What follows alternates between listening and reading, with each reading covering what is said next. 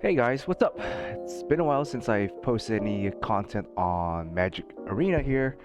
I've just been busy with other stuff, been more into playing real life Magic, and overall, not much has changed on Arena essentially when it comes to the formats I'm playing.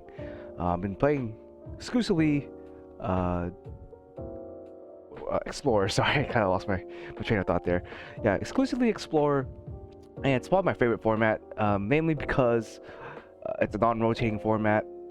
All the cards are almost one-to-one in Pioneer, which is nice. I know they're adding more and more cards from Pioneer, which is good.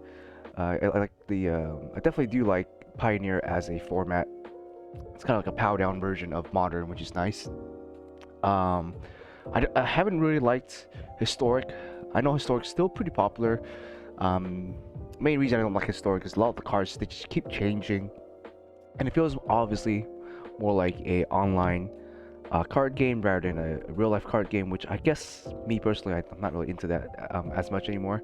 I used to like Hearthstone a lot, and but kind of just fell out of favor with that. And plus, there's cards that do random stuff and whatnot. So without digressing too much into that, back today with a somewhat new deck profile on the Esper control here. Uh, Honestly though, not much has changed, but the deck itself I think is worth kind of talking about because I think, at least for me playing recently, it's been a really good control deck. It's actually been my favorite one so far. It's running really well. It's really pretty consistent, I want to say, in terms of what it does and what it wants to do. Um, and it's stronger in the early games because of the consistency. As you know, I've been playing the Urion version for quite a while, and that deck has some issues, namely the inconsistencies of your draws and the variances of it. Just because every time you open up the hand, it's kind of a mixed bag of what you're getting, right? And that's not too great for a control deck, since you can't really consistently establish your game plan of not letting your opponent cast cards. Sometimes you'll get like no lands, sometimes you get too many lands.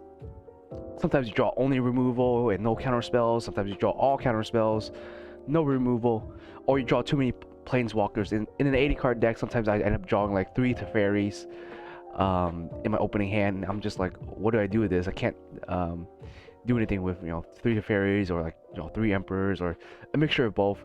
The variance is just really high when I was playing the Urian deck. And so the deck in the early games had a bit of an issue kind of establishing itself, kind of maintaining control, because each of your subsequent draw after your initial 7 is kind of all over the place, more so than in the 60 card 60 card version. And so while it's great to have Urion late game, if you can establish down Omen of the Sea, get value off of that after you add Urian and cast Urian.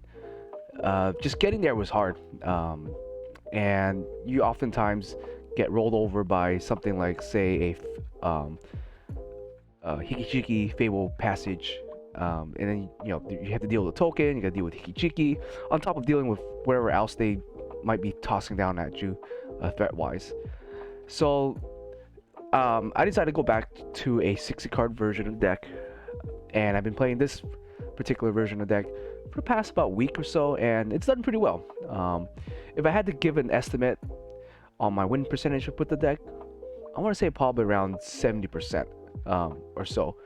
And this is strictly just playing on best of 1. I haven't really done any best of 3 with the deck yet, but in terms of just straight best of 1, it's been pretty good. Played against a variety of decks, namely a lot of random creativity decks have popped up lately, and I think that's just due to the fact that Reduke won the PT Tour, the Pro Tour Championship, and so I guess he kind of inspired a lot of people to kind of pick up the creativity deck again, and then try out different spins on it. And it's been pretty fun and interesting just seeing what kind of spin people have been putting onto that deck. especially with the somewhat limited card pool of Explorer. You don't have the whole expansive card library like you do in Pioneer. Explorer, it's definitely more room for brewing and just kind of experimenting.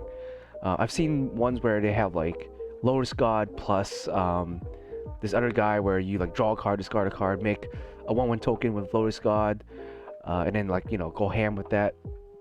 That's assuming you obviously cast creativity and you hit two of your own permanent. But regardless, it's been really interesting, and it's been pretty fun. I want to say the cool so that's kind of like one of the decks I played against. Obviously, I still play against mono green Tron, I guess. Well, not mono green Tron, but mono green Karn, Devotion. Been really popular. Mono black Devotion, another popular deck. Rakdos mid range, still really popular. I haven't really faced against any other control. I have played against some Gugari. Gugari, not elves, but Gugari like aggro, I guess. Gugari or grow aggro. I also play against elves, mono green elves. Play against humans. Ton of human decks running around in Pioneer, especially with Thalia and all the other human buffers. They're pretty good deck. So humans is still pretty popular. Still the most, I think, obviously the most popular deck has still been Greasefang or the green white Angels deck. So those are the two most popular decks in best of one, in my opinion. That's the majority of my games. If I play, that's the deck that I would run into. It's probably the deck that wins the fastest and is the most consistent in best of one. So I imagine that's why it's played a lot. Obviously, if you're playing control in best of one, it's hard because you're grinding away. You have to kind of know your matchup and all that. Where if you're playing something like Greasefang, you don't really care what your opponent's playing. You have one single game plan, and that's to pump out the Pavilion as quickly as possible and just swing in for 15 damage. So, their game plan is pretty solid. Our game plan here is a lot harder. It's you have a lot of slow turns and you win very very slowly. And the majority of the time, at least in what's nice about playing on Arena here is people aren't afraid to scoop when they know they're in a losing position. If you play control in real life, people will just not scoop at all. They'll keep playing until they literally know there's nothing else to do. Maybe you're in time, or if they want to get in a game 3, maybe they'll scoop. But like me playing control in real life, that's been my experience where don't give up until you're like your last card. It's kind of like a heart of the card things, but at least in Arena, people will instantly scoop when they know they're playing from behind. Anyways, so that's kind of the preface of today's deck profile. Kind of like my combination of my experiences online, combination of deck building and just test playing a lot. And now I'm back kind of to where I originally started. When I originally started this control, I was pure blue-white. Went to pure blue-white to pure blue-white Urian control, then pure blue-white Urian control to Esper Urian control, and now we're back to 60 card Kahira Esper control. So it was Kahira blue-white, Urian blue-white, Esper. Sorry, scratch that. I'm getting my words mixed up here. It was Kahira blue-white into Urian blue-white into Urian Esper, and now back to Kahira Esper. So the reason why it took me so long to go back to just a 60 card deck was the mana base. The mana base is like one of those really tricky things to kind of get right, kind of to design, so that you get the colors that you need, get the color, especially in the first 1 to 2 turns. First 3 turns is the most important when it comes to managing your colors. And then obviously not taking too much damage. If you're playing too many shock lands, you're playing too many so and so. There's a bunch of like things you gotta consider when going that route. So I've been messing around with the mana base for quite a while, and I think I finally found something that is relatively balanced. Gets the colors that you need, isn't super duper painful. Isn't slow either. Um, and generally by turn 4, turn 2, you will have like double white, which is very very important. Um, no matter what, you'll always have blue. Almost every land in the deck gives you blue, so that's fine. Like you're not ever strapped for blue, but you are sometimes strapped for white or black, because those are the two colors that are kind of like your offset colors. And you sometimes see one or the other, or none. You know, it's one of those things. It's like you either see all your Azorius lands, or you sometimes end up just with all Dimir lands, which kind of sucks. So this mana base right here, I'll talk about it later, and it's kind of balanced in that particular sense to try to get your early Dimir, then move into either Azorius or move into Orzhov after the first or second turn. All right, so let's talk about the deck profile. Why are we playing Kahira? Because really not playing any creatures in the main deck, which is why we got Kahira here. And another thing is we're also not playing any creatures in the side deck. Now, in theory, you could play creatures in the side deck and then not reveal Kahira when you go to game 2 or 3, which is fine. But that also indicates to your opponent that you're now putting in creatures into your deck, or you know, so maybe they expect the creature or something like that. Now, if you are gonna play a creature, there's only a few creatures worth playing into a control deck, or at least siding into. First one would be Hull Breacher, or Hull Breaker, I guess. This guy, no, Giant Lobster. Now he's really good in the control mirror. It's basically, once he hits the board, it's literally impossible to remove this guy.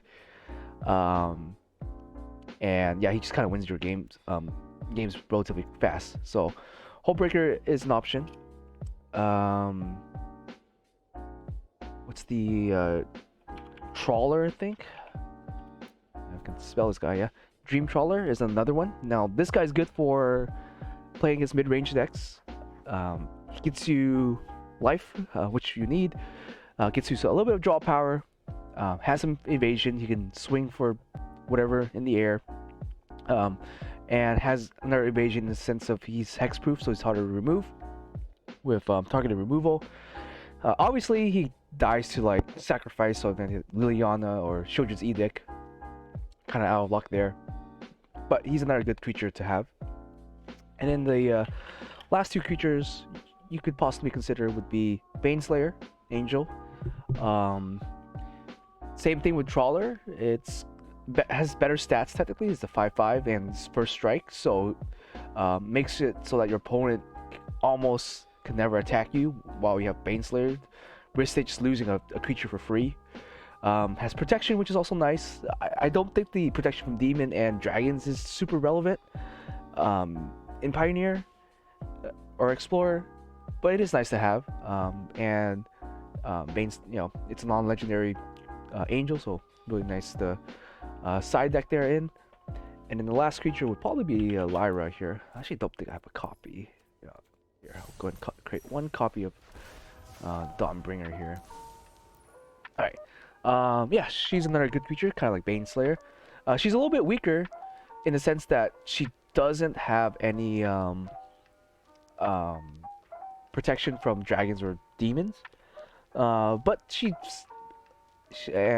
does buff your other angels if you have other angels. What some people do is they'll put in one Lyra and they'll put one Baneslayer angel. So if you have both on the field, you know, your Baneslayer is a 6/6, and you know, it's pretty nice. They already both have lifelink, so that doesn't really matter too much. Lyra dodges one niche card. I think it dodges the cut down, or I forget what exactly it is. I think it's cut down. Or not cut down, but it's the one where you kill a non-legendary creature. I forgot. It's a black removal card. It dodges that card, I guess.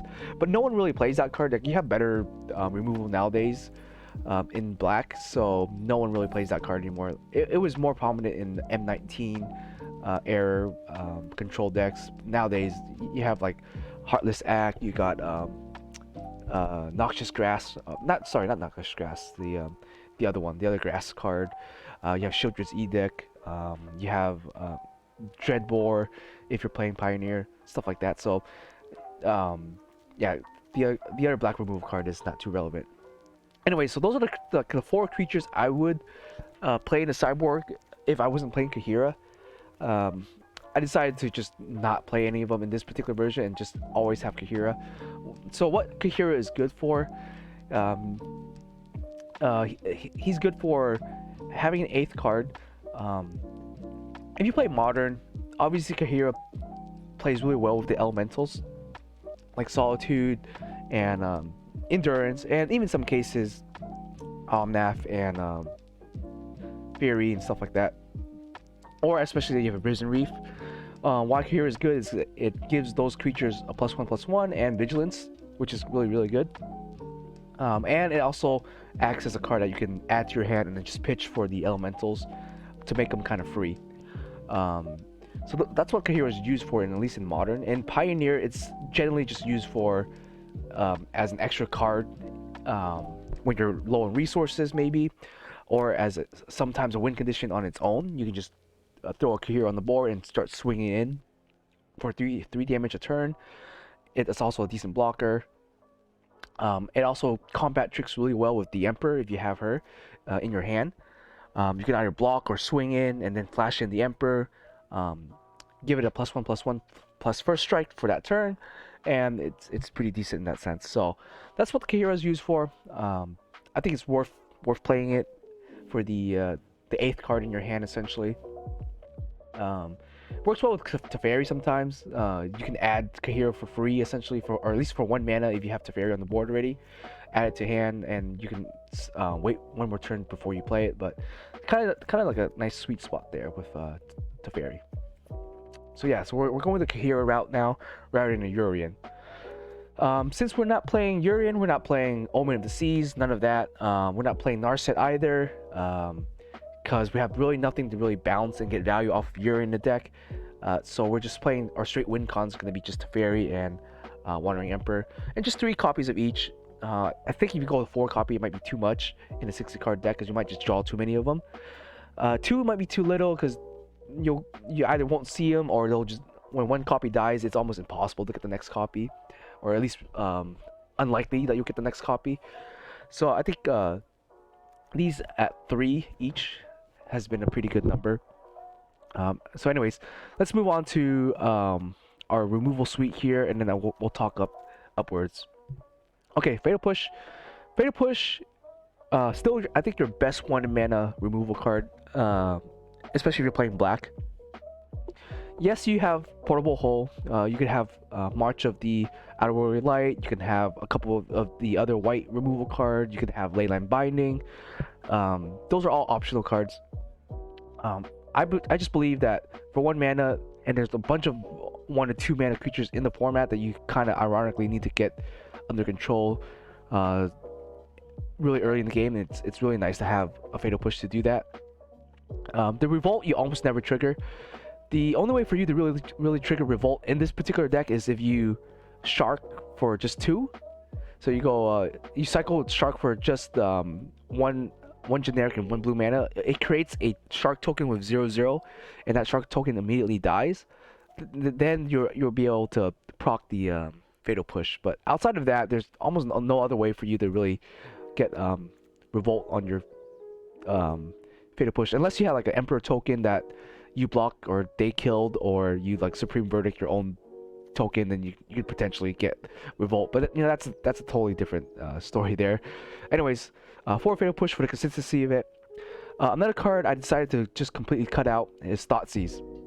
Now, Thoughtseize is a very powerful card. It's still one of my favorite cards, one of my favorite black cards to play. That's the whole reason I usually play black in like Modern or in Pioneer. For this particular deck, though, the problem with Thoughtseize, at least in Pioneer, is there's a lot of stuff that you just don't want to hit. Ironically, like when you Thoughtseize someone especially in the best of 1 format, where decks are a lot more aggro, so you're playing against more burn decks, so Thoughtseize is not too great there. You're playing against a lot more Greasefane decks, where if you Thoughtseize incorrectly, you're gonna hit like one of their artifacts, like their pavilion or their chariot, which only helps them. So yeah, you can maybe hit a Grease Fang or something like that. But then if you hit a Grease Fang, they can just play the cat card, cat's stray back, or I forgot what it was called. I think it was cat. Something with cats in here. Sorry, let me look it up real quick. I think it's cat strays, or maybe I don't have that card.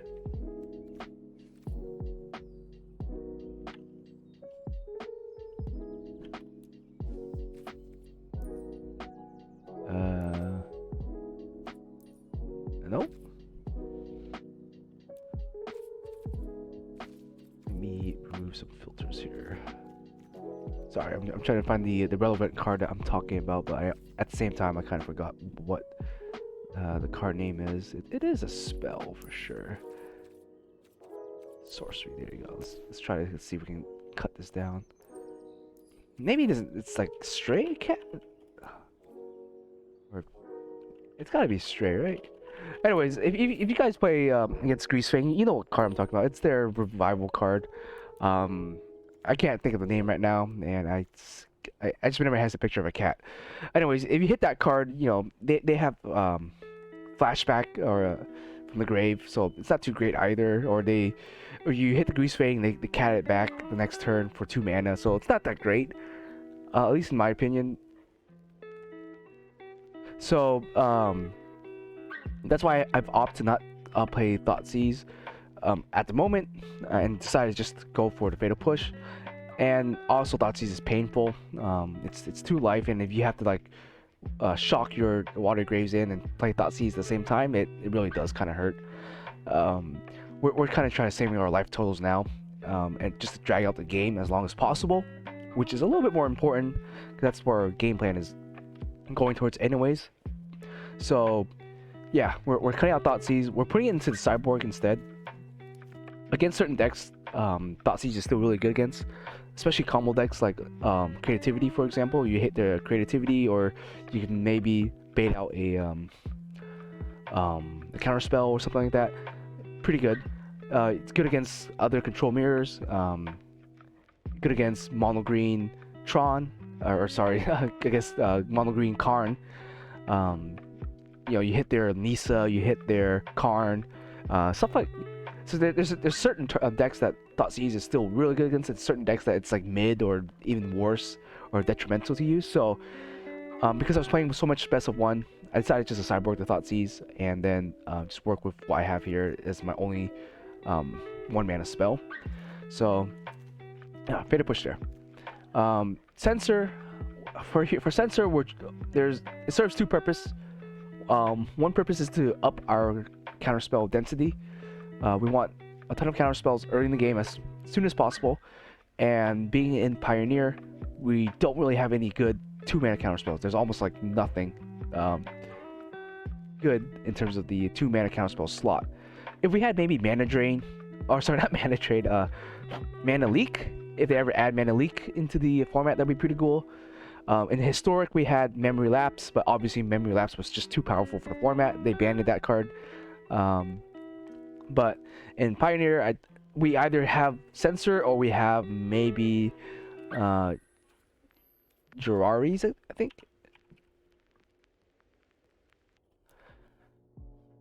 And Jawa.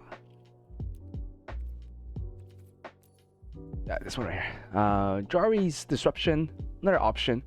I don't like this card too much. I don't like it as a land, and I don't like it as a counterspell. That's the thing with this card. It's just it's not a good land, and it's not a good counterspell. I'd rather just play something that has cycling. So early in the game, Censor is really great.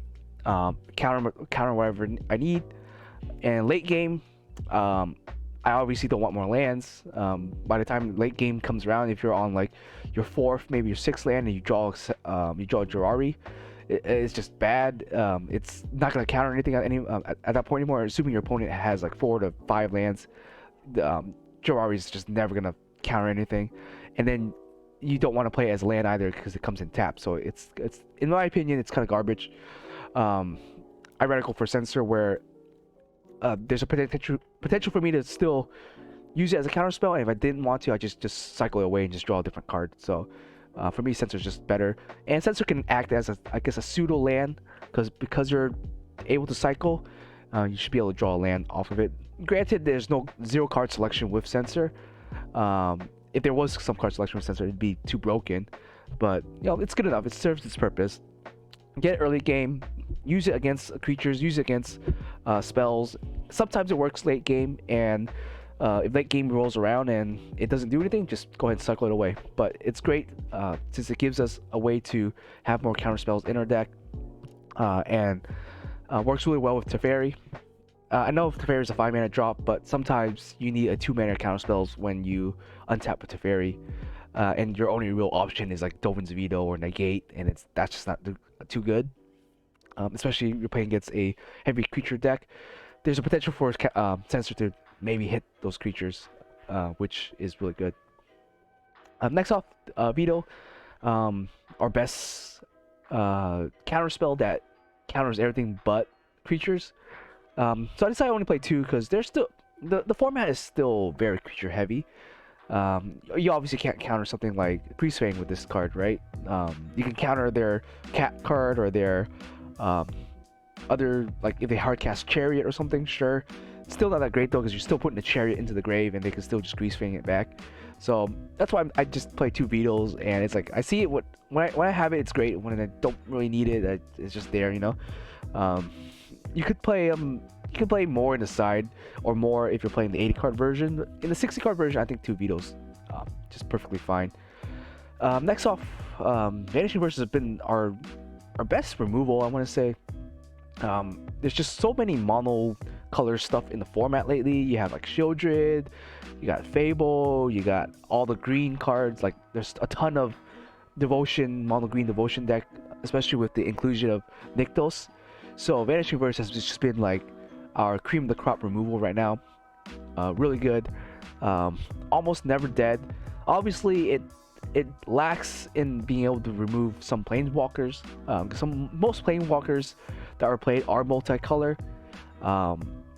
Save for something like obviously like the Emperor, for example, or maybe Nissa. But most planeswalkers in the current format, whether it's Omniscience or other Teferis or whatnot, most of the time they're multicolor. The only other relevant monocolor planeswalker I can think of is maybe Liliana and Chandra, the 4-mana Chandra.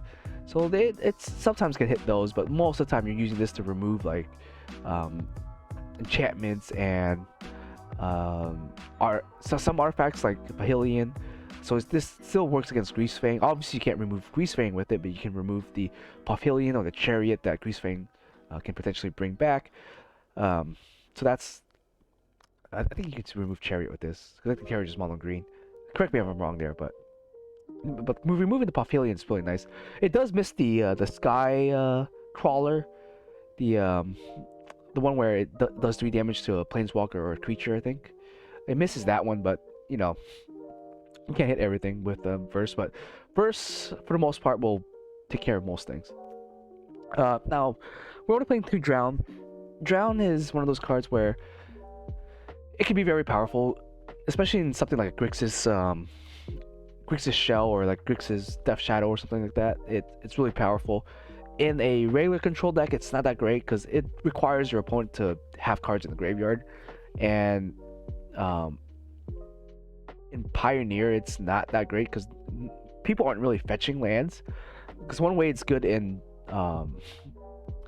Modern is people are always fetching lands, so there's always cards in the graveyard for your Drown to be useful. But in Pioneer, not so much, but it's still a powerful card, especially late game. And to mid game, like turn 3 or 4, maybe your opponent has 1 or 2 cards, maybe 3 cards in the graveyard, it still works really well.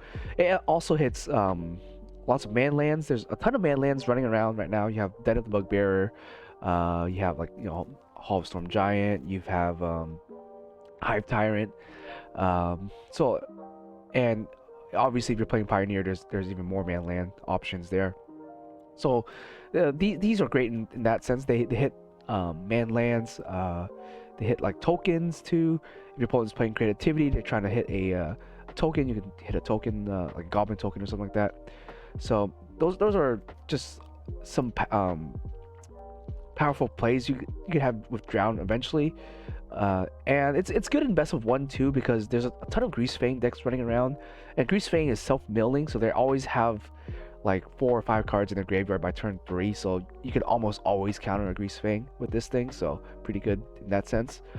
But yeah, I just don't want to see them early in the game. I want to see them a little bit later in the game, and so I just played 2 copies, and they still work really well with Teferi. Our entire suite right here is geared towards dropping Teferi down and then having one of these pieces of interaction up and ready to interact with our opponent when we have Teferi on turn 5. So that's what the design of this right here, removal suite is. Next off, we have our slightly stronger counterspell, slightly stronger removal. Absorb is good. I think it's my favorite one out of all the 3 mana counterspells. Obviously, you have like Sinister Surveil, you have Saw It Coming, you have a few others, but Absorb for me, the 3 life that you do gain from it does really play kind of an important part in keeping you alive, so that you can eventually drop Teferi on board, eventually get Wandering Emperor out, and be a threat. So while I don't like 4 copies in the deck, because it can get a little cloggy, especially in a 60 card deck, but at 3 I think it's pretty good. I don't see myself using any other counterspell besides Absorb at the 3 mana slot, so yeah, Absorb pretty good. Void Wind, just another powerful removal card. It's not too great in Modern, but I think in Pioneer, Explorer, it's playable and it's pretty good. It hits everything except for lands, which is why we have the Drown and we have the Fatal Pushes and Vanish Reverse to hit some of the man lands. I forgot to mention, but Mutavault has been a really popular card too, with the inclusion of it in the most recent anthology. Yeah, you want to get rid of Mutavault because it can get really crazy really quickly with Mutavault. If your opponent has like 2 or 3 Mutavaults and they're attacking you like for 2 to 6 damage a turn, it gets kind of out of control. So you want to have stuff that can interact with those cards. Obviously, I don't think Vanish Reverse can interact with Mutavault, since I think Mutavault is a colorless card. But at least I think Drown and Fatal Push still can, because this is interacting with the cost of the card rather than the color. So that's pretty good, because obviously Void Rend can't touch Mutavault, but Void Rend is still really good at touching other Planewalkers. It can kill virtually anything. It's especially good against Graveyard Trespasser, because it's uncounterable. You can target Graveyard Trespasser, not pay the extra 3 mana, and Void Rend will still kill it because it can't be countered. So yeah, just another powerful removal, and I think it's worth running maybe 2 to 3 copies. I decided to just go ahead and play 3, and I still like it at 3. It's been doing its job. Okay, so we've already talked about the Emperor and Teferi, so these are our main win condition. Emperor, just slap her down on any of your opponent's turn, start making a bunch of samurais, protect her, and she will eventually just win you the game, from my experience at least. She's not very good at creature removal, so I wouldn't rely on her minus ability to reliably remove a creature. So just be careful, but be careful of stuff with vigilance too, because sometimes I mess up too. I forget a certain creature, like Questing Beast, for example. You can't use the Emperor to remove Questing Beast. It really bad. So yeah, just keep it in mind if you're gonna try to use her as removal. Make sure you're not targeting something that has hexproof, or obviously something that has vigilance, because then you're in for a bad day if you do. Alright, so I decided to play a triple Memory Deluge. We have no other way of really drawing cards in this particular deck outside of just Teferi and maybe like Censor and Shark, when we're cycling. So Deluge here is kind of replacing the Narset, since we're not playing Narset anymore. In Deluge, occasionally you will flashback for 7. Now, obviously, if you're playing in Pioneer, you could probably replace a Deluge or so with maybe either Treasure Cruise or maybe Dig Through Time. But for the purposes of Explorer, I think Deluge has worked just fine. I see it when I need to, I'll cast it when I need to. Other than that, not too much else to really say about the card. It's one of our only ways to draw card advantage. So I think Deluge at 2 to 3 copy is kind of important in the deck here. Verdict, just another good board wipe. And oh, sorry, 1 second. All right, guys, sorry for the quick interruption there. Yeah, so as I was talking about Supreme Verdict, I think 2 is good. I never needed more than 3, especially in the 60 card deck, because it can be kind of dead in your hand sometimes. But it's definitely a great card to take control back of the board if you are behind on the board. And I think 2's been pretty good. Verdict, just being uncounterable does kind of help sometimes against decks like Spirits, for example, where they have like the Geist lanterns and stuff where they can copy, or sorry, not copy, counter your spells. Verdict can bypass that and help you just fight against their boards. It works okay against humans, although humans have a bit of resiliency. They have a couple of indestructible cards, or at least cards that can help them gain indestructibility. They have Thalia, which can make Verdict kind of hard to cast on turn 4. So you gotta want to be careful with that. Good against Rakdos, good against the Graveyard Trespasser. Yeah, overall, I still think you need a bit of sweepers in your control deck for the scenarios where you lose control and you're at risk of getting run over. Verdict is good. The best board wipe you can get, probably in both Modern and in Pioneer, if you're playing blue-white. The other card that, if it ever came to Pioneer, would probably be Dam. Dam would be pretty nice. But Verdict's definitely better than Wrath of God or Day of Judgment. If not, if you're playing Black, you can also play Butcher's. What was it? The legendary Butcher. I totally forgot the name of the card. So that one, I don't play that one only because it's a little bit more expensive. I think it's like Butcher. Or sorry, Meat Hook. There. I've been like just absent-minded right there. I don't know if I actually have Meat Hook Massacre in my deck anywhere. Maybe not.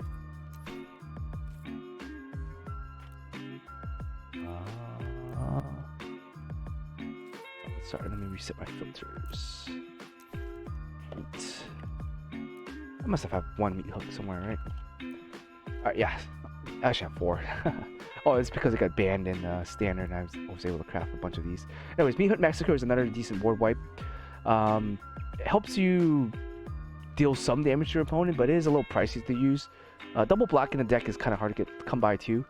So I don't think it's a reliable board wipe for our purposes of our deck. So I would just stick with Verdict as being the prime board wipe sweeper. Everything else is like, you can play maybe 1 copy of Meat Hook and get away with it or so. But yeah, Verdict. Yeah, Hero to Dominaria over here. Fairy Hero Dominaria. Yeah, just our main win condition. Not much to really say about the card. Yeah, I think it's a card you play 3 of. In Modern, I only play 2 because it's a little too expensive in Modern. You won't reliably get to turn 5 in Modern to safely drop the card. In Pioneer, Explorer, you can easily get to 5 mana and just drop this safely and be fine. You do want to see him, and he doesn't always survive the board, so 3 copies is pretty good in my opinion. Okay, so then Farewell here, just the 1 Farewell. It kind of acts as our 3rd Supreme Verdict if we needed to. Farewell is one of those cards that, against certain matchup, if you do resolve it, it either resets the game state for you, or just legitimately wins you the game on the spot. So, for example, if you're playing against like Gagari, food cat deck, something like that, if you cast Farewell, you hit their ovens, you hit their cats, you hit their tokens and their food tokens, and basically just board wipe them. They have no way of coming back from there. So Farewell in certain matchups is just a game ender. Once you get 6 mana, you cast Farewell. It's a signed deal. So I only play one because it's not great in every matchup, but it's good in most matchups. Even against like something like Greasefang, if you can get to 6 mana and they got their graveyard loaded and they have maybe a 1 or 2 creatures on the board, you cast Farewell, you wipe their graveyard, you wipe their board, and they just have to rebuild everything again. That really really is like a game ender sealing spell right here. And we're only playing one because it is 6 mana. It is hard to get to, and you won't always be able to safely cast Farewell. So, but it is a nice nuclear option. It's like a nuke basically against certain decks. So I always play at least one copy in most of my control decks in Pioneer or Explorer. Next off, Shark Typhoon. Shark Typhoon can be another win condition if you do hardcast it.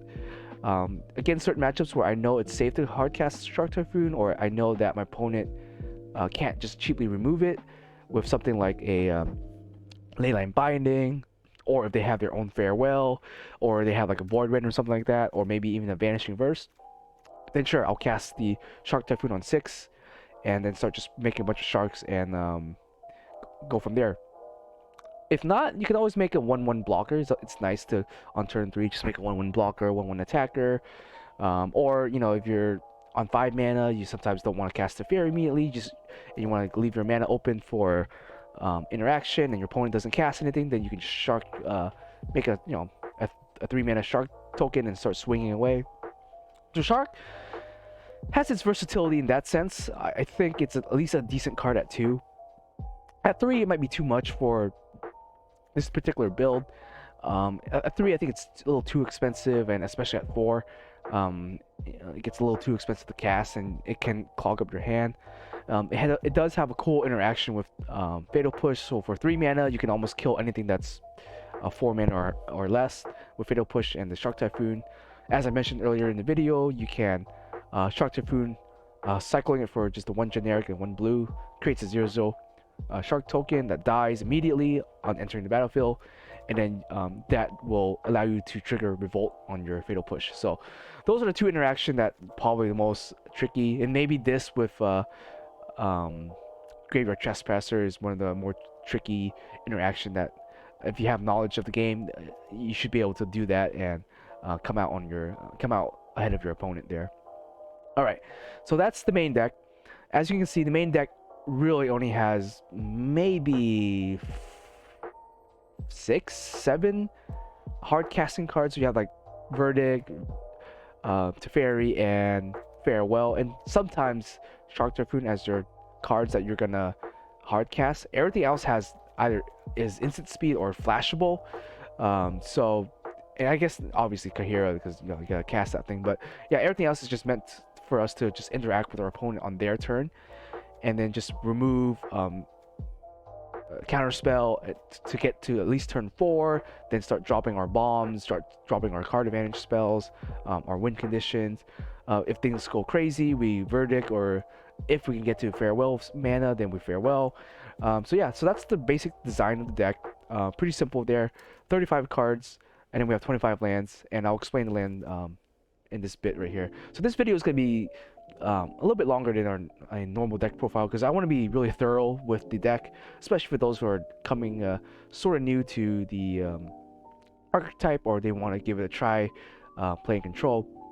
There's just a lot of thought to go in your card selection when building a particular control deck, because you want all your cards to be valuable, and you want all your cards to do something useful, because our win condition is kind of weird. It teeters between our Planeswalker or like a Shark Typhoon. Like we don't have any other win conditions, so the rest of our cards should help us to establish our win condition eventually, by safely casting these cards and then going from there. Okay, let's start with the mana base. Start with the most basic. We're playing 4 Esper Trinomes. Now, obviously it's a tap land, so it is slow. But what's nice about it is it does give you the ability to play all your spell by turn 2, like any color combination, just because of the type of mana it gives you. So that alone is very powerful. That way you don't have to really worry about what lands you draw next. If you open with a Rafine's Tower in your opening hand, it's like gold tier right there. It's a little bad going second. If you go second and you drop a Rafine's Tower and you have like a Fatal Push, then yeah, you're a little bit behind. But you know, for the most part, still it's still a really good land to play early in the game. Later in the game, you probably don't want to play it at all. You want to keep it in your hand and start cycling it away. Once you reach like I want to say about 6 to 7 lands, you can potentially just stop playing lands in general, unless you know you obviously have these lands. They don't do anything in your hand. But if you have like 5, 6 lands on your board and you start drawing Rafine's Tower, don't play them. Just keep them in your hand. When you have extra mana, just go ahead and cycle them for different cards. So that's also the nice part about the tower. Good early game and decent late game. Mid game is where it's the most weakest.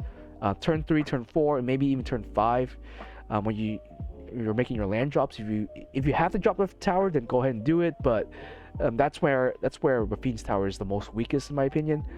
Is when you get to those sort of mid game mana and you're trying to make the mana. The tower can be a little clunky, but still, it's still a fantastic land. Since we're playing 3 colors here. All right, so we're playing 3 Watery Graves. What I decided to do with some of the shock lands here is reduce the amount of shock lands. So because we don't really need anything to be cast on turn 1, so we don't really need like crazy fast mana. But we also want to reduce the amount of life we're taking in terms of damage. So by reducing Watery Graves and Godless Shrine and even Hollow Fountains to less than 4, it's pretty nice. And we're kind of replacing that with Concealed Courtyard and Dark Slick Shores as kind of our fast mana if we need it really early in the turn without taking damage. Because this is really relevant against burn decks. Because you have to imagine that Eidolon is in the format, and burn is still a very powerful deck to play against. Now I don't know enough about burn in terms of if Rakdos Charm, sorry, not Rakdos Charm, if Boros Charm and Lightning Helix are in the format. I don't think they're legal in Pioneer. They're not in Explorer as far as I'm aware, so you don't have to really worry about that too much. But Eidolon is still like a very powerful card that you have to be able to interact with, and hopefully you don't have to shock yourself, Fatal Push shit, and take like 6 damage based off that just one interaction. Hopefully you'll be able to like play Dark Shores or Conceal, Fatal Push it, and only take 2 damage. So yeah, between taking 2 damage and 6 damage, that really does matter against burn. So that's why we're doing that kind of split. We have a total of, I think, 5 check lands. I don't want to play too many check lands, but yeah, we have the Drown here, and then the Glacials, and I guess the Bantress there. I'll talk about the utility lands in a second, once we get there. So yeah, so this is gonna be our early our early black mana for Fatal Push right here. And if we don't draw Fatal Push, then we just play them as tap lands and not take the 2 damage unnecessarily. So yeah, we got the Domir and a bit of Orzhov to kind of get us our early mana. And then these the Azorius lands will come in a little bit later, because we don't really need these colors early in the game. We don't really need it on turn 2 or turn 1 or turn 2. They can come in on turn 3 just fine. So turn 3 is like we're trying to cast Absorb, we're trying to cast maybe Void Ren, or maybe we're still on trying to cast Vanishing Verse or Beetle maybe. But yeah, these come in a little bit later.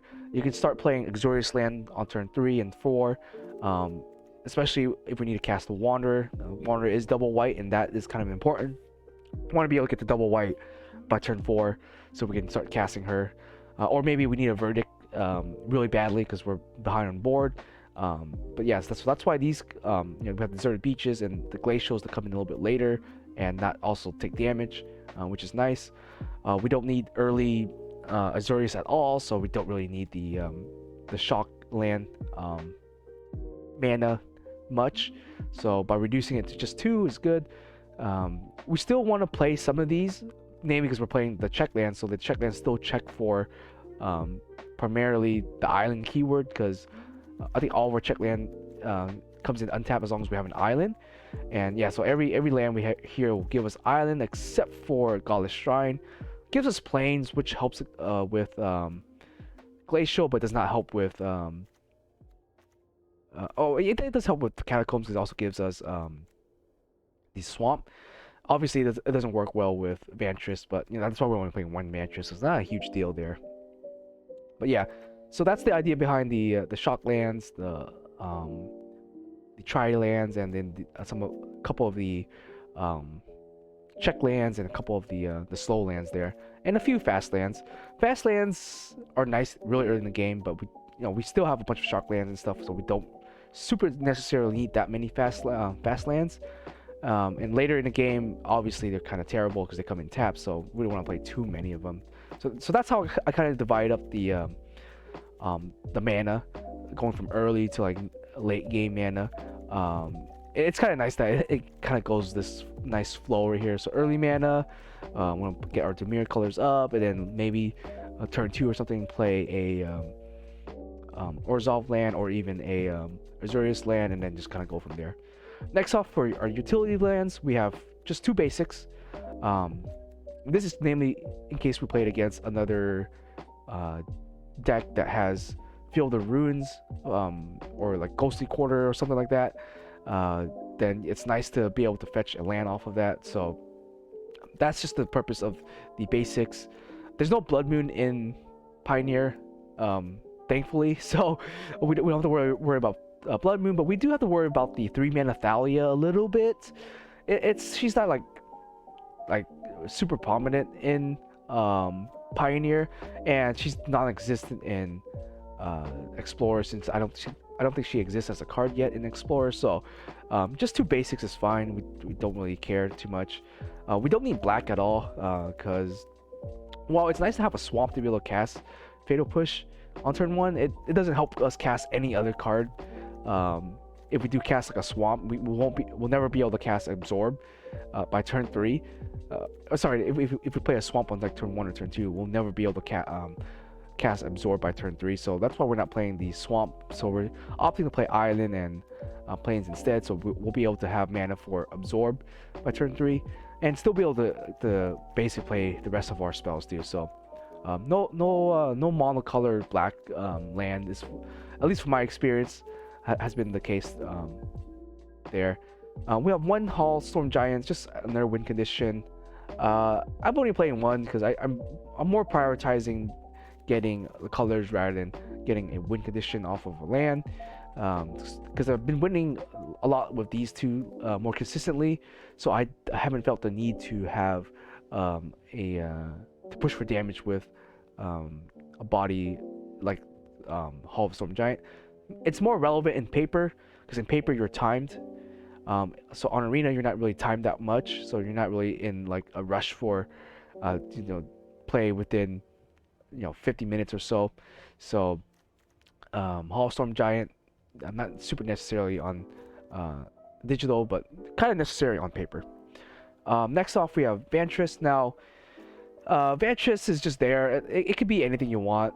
I have a hate-love relationship with Vantress. Sometimes it's good, obviously, to kind of, if you're flooding out, to help stop yourself from flooding out, especially if you have Teferi, they work well together.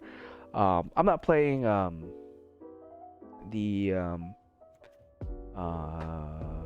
what's that card called? The Ixalan Filter Lands. Filtered Enchantment. Search for Escanta. Sorry about that. Yeah, I'm not playing Search for Escanta because Search for Escanta requires to tap out in turn 2 sort of thing. So I decided to just cut it out, play this, and then maybe, I guess, if we need to Vantress, we'll just Vantress, but not super important. And then last card is Iganjo. Now Iganjo is on its own, it's still a pretty decent removal card. That's why I generally use it for. Being at 3 mana is really good, because we have no legendary creatures at all except for Kahira if we do ever get to cast that guy. So Iganjo will most likely be always a 3 channel land, 3 cost channel land. I like it over Otawara because Otawara for me at 4 mana is a little bit too expensive, and there's not much I really want to bounce back to my opponent and have him cast it again. It's kind of relevant with Teferi also, because Teferi by turn 6, if you go turn 6 drop Teferi, you have 3 mana open, which allows you to cast Absorb, allows you to cast Ward Ren, and potentially protect Teferi with Iganjo. So that's why I decided to play Iganjo over Otawara, and just have those on turn 6 is pretty good. Obviously on turn 5 you drop Teferi. These combination of removal and counters should be pretty good on turn 5 with Teferi. But if you do turn Fairy turn 6, then Iganjo and these are pretty good at protecting him. And yeah, that's basically it for the lands. A couple other lands you could potentially play is like, you know, Arundel as another win condition. I decided not to go that route because I think Wandering Emperor is good enough to make a bunch of tokens for us to win off of, and we can spend our mana doing something else, or even spend our mana just not flooding out, I guess, and just use her as like our token generator rather than Arundel to generate tokens for us. And yeah, that's it for the mana base. Pretty straightforward there, I want to say. Next off, let's talk about the sideboard, and then we'll finish off there. Sideboard, like I said, I like the sideboard to Thoughtseize against certain matchups. Still really good. I think 2 is fine. 2 will allow you to see it enough. Maybe not like super early in the game, but it should allow you to see it when you need to. The thing with Thoughtseize when I was playing an 80 card deck, it's one of those cards that you play 4 or 0 in 80 card Yorion, because 4 will at least allow you to see it early in the game, because you want to see this card as early as possible. Obviously late game it's not as strong, especially you guys are top decking, and yeah, you want to be able to pick apart your opponent's strategy as early as possible. So it was either like a 4 or 0 of, and I just didn't really like it, so I ended up just opting to play it proactively in the sideboard when I need to.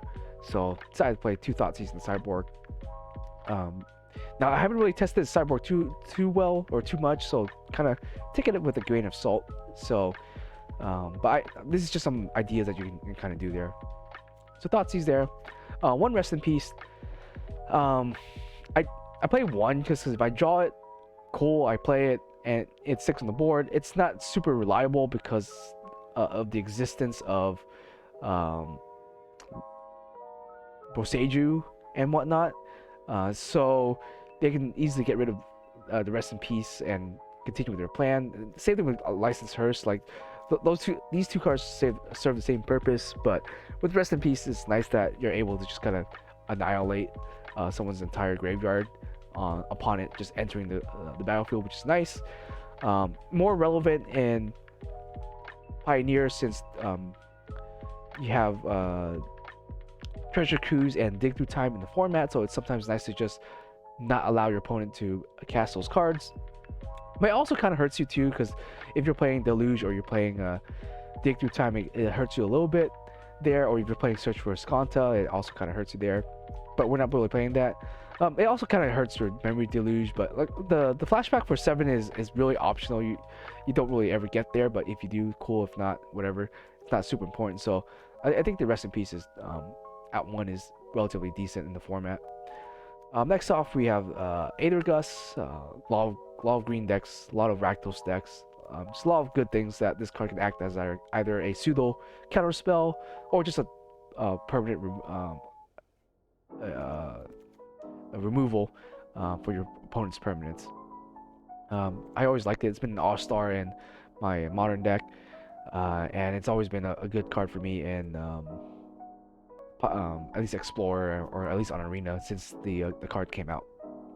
Alright, Narcissus Reversal, it's kind of just a throw-in card, honestly. This card serves only really one purpose, and it's to stop thought distortion if your opponent is playing thought distortion against you. Sometimes that pops up, but other than that, you may be better off with maybe like another thought seize, because thought seize can also get rid of thought distortion.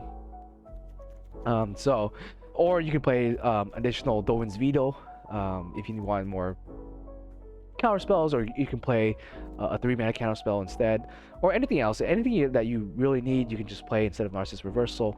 I had it, so I might as well just play it. So there you go. Unlicensed Hearse,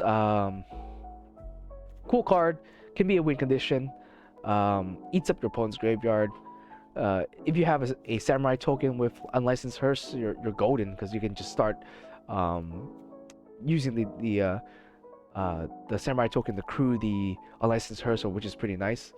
The only I guess the issue with it is that it obviously conflicts with Drowning Lock, and if you have Rest in Peace on the board, then obviously Unlicensed Hearse is going to be a much weaker card. But that's okay. I mean, it's just a one-of card, so whether you see it or whether you don't, it's not gonna be a huge deal. And just like with Rest in Peace, it is weak against Boseiju and other forms of interaction. So not the sure way of Graveyard Hate, but it's still a nice option for Graveyard Hate. Next off, we have Temporary Lockdown. I think Temporary Lockdown is a lot better in the Urian build, because you're able to just blink this card and use it better in Urian. In here, there are some scenarios where you just maybe need a board wipe, or maybe need some sort of removal on turn 3. So I decided to just play 1. It's good against like Enchantress decks, good against Elves. This thing will like just demolish the Elves decks. By turn 3, if you just do this, you get rid of all that. So there's use case scenarios for Temporary Lockdown being a bit better than a Verdict, or better than some other forms of removal.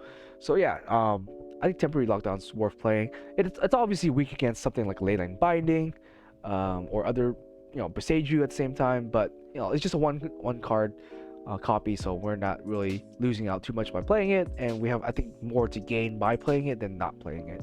So there you go. Dispute to just up our mana counterspell against other potentially counterspell heavy decks. So if you're playing against mono blue spirits, maybe you're playing against another control deck, or you're playing against a creativity deck. Just another way for us to cheaply interact with potentially other counterspells, or just potentially other blue threats that they might have. So Dispute's been pretty good in Pioneer, Explorer. I haven't really liked it too much in Modern, so I pretty much cut it out from my Modern deck personally. But in Pioneer, I've liked at least these copies, at least 2 copies in the sideboard. Gold Blank, just another way to interact with the graveyard and somewhat interact with our opponent's hand. It is a little expensive at 3 mana. You won't always have a chance to just tap out for 3 mana to play this, but if you do, then cool. It's just another way to cheaply interact with our opponent's graveyard, and it doesn't really have the inherent weaknesses of a Licensed Hearse or Rest in Peace. So yeah, Gold Blank is decent side card. Then we have the Extinction Event. This is for kind of like our 3rd copy of Supreme Verdict. So if you have a Verdict, you can also play Verdict. I like to break up my sweepers a little bit, so I decided to just do Extinction Event. Just to there's certain cards that you don't want to just blow up with a Verdict. You want to not let it hit the graveyard, so or Extinction Event is good for that purpose, to be able to just annihilate or exile that particular threat without putting it into the graveyard. So just one event in case we need it. Same thing with Farewell. It kind of does the same thing as Extinction Event. It does the same thing as Lockdown. Does the same thing as Verdict. It's just redundancy. But these cards, you just depending on your matchup, you pick and choose which one you want to put in and which one you want to take out. They all have their pros and their cons. But sometimes, like I mentioned earlier in the video, Farewell is one of those cards that can seal the deal against a particular matchup. So I really do like the Farewell, a second copy of it in the deck, just to increase your chances of drawing it, or in case your opponent thought seizes you or counters one, or something like that. Just having a second redundant copy in the sideboard just opens up the option for you in game 2 and 3 to potentially blow out your opponent in those particular matchups. Obviously, Farewell is not great in every matchup, but it is in certain cases a blowout card against certain matchups. So I definitely play the second copy in my sideboard there. Or if you don't play any copies in your main board, then you should at least play one in the sideboard. I believe, like I said, it's a nuke against certain decks, so just having one is nice in the main board, and have an additional copy in the sideboard when you need to. And then last off, Thought Distortion in case we're playing against other control decks. Distortion obviously just can win the game outright there. Do be careful, if they're playing Narcissus Reversal, they can kill you with the Thought Distortion. So maybe you want to clear the way with Thought Seize first, make sure they don't have a Narcissus Reversal, and then Thought Distortion them. Or have your own counterspell up for potential counterspell war. But yeah, Thought Distortion, good against control decks. Also hits the graveyard, which is also nice. It's our main win con, namely because we're not playing creatures, so we can't play something like Hull Breaker. So Thought Distortion is just a 6-mana win con in that sense. And yeah, that kind of makes up the sideboard right there. So some interaction with the hands, interaction with the graveyard, additional counter spells, additional permanent removal, and then some more removal here. There's obviously a whole host of other cards you can also potentially play, something like Fracture, for example, or Disdainful Strokes, if you want like more decent 2-mana counter spells. So those are some other options there. But for me, the sideboard is more or less a theory, since I haven't really got around to testing it out. I've been mostly playing primarily best of one, and this deck has been pretty fantastic in best of one. So I'm gonna stick for that for now. I'll probably have some gameplay of it soon in best of 3. I'll record that. Maybe not do too much commentary as I'm playing, but yeah, it's kind of just been a while since I've done any of that particular content on this channel. And I know some of you guys subscribed to me for Magic Arena, and it's cool and all, and I appreciate that. But yeah, I've just been kind of busy doing other stuff and playing other games, so haven't really gotten around the chance to playing Arena. I've been trying to grind up for that 2,500 gold just to get the enough gold to buy the second anthology pack. I have some cards from the first one, but I didn't buy it because I only needed 2 cards, so I ended up just crafting Verdict and I think Kalidas. So, but with this particular pack, I think it's nice because it's got a couple of staples, staple cards in the pack. Let me see if I can find the packs right here. I think it's over here. Right there. Yeah, so it's got like Eidolon, it's got Mana Confluence and Nykthos and even Mutavault.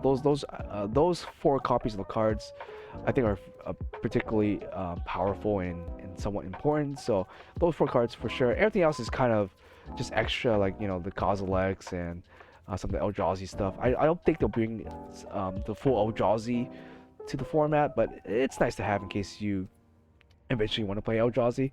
If they do bring the Eldrazi lands in, or maybe they reprint like Tron into like standard or something like that. But yeah, I think this entire pack is worth it just for the 4 cards there. So I'll be slowly kind of, well, at least I guess I'm almost there. But yeah. So anyways, hope you guys enjoyed. I know this video is a little bit long. Deck profile is pretty long. I'll have some gameplay up relatively soon, and then we'll go from there. Alright guys, thanks for watching. See you later.